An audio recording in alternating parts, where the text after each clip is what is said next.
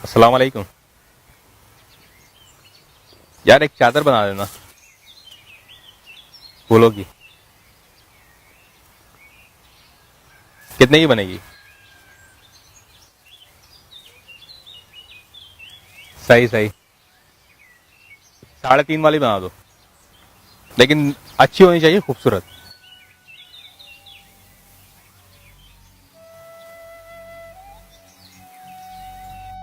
तो बाबा मेरे स्कूल की फीस मांगी है। मैंने अम्मी को बोला था, अम्मी ने बोला स्कूल छोड़ दो। तो बाबा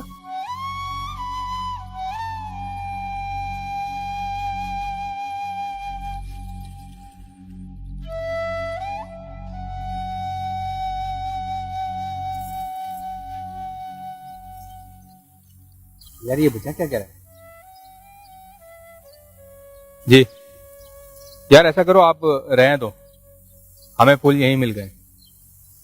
थैंक यू।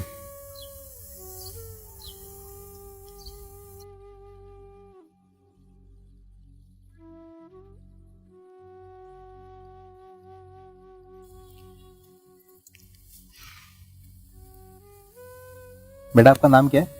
जैसा हुज़ैफा। बेटा हमें आपके पापा ने भेजा है आपकी फीस देके।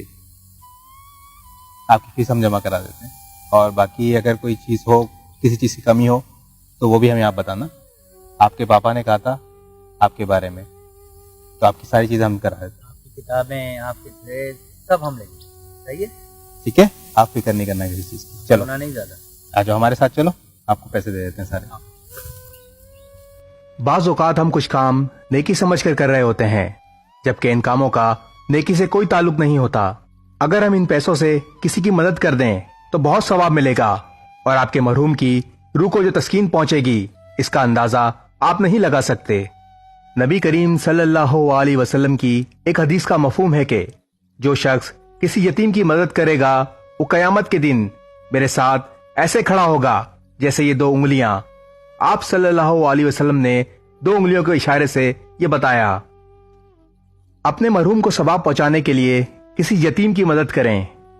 सवाब की नियत से इस वीडियो को आगे शेयर जरूर करें, क्योंकि हो सकता है आपके एक शेयर से ये बात किसी के दिल में उतर जाए।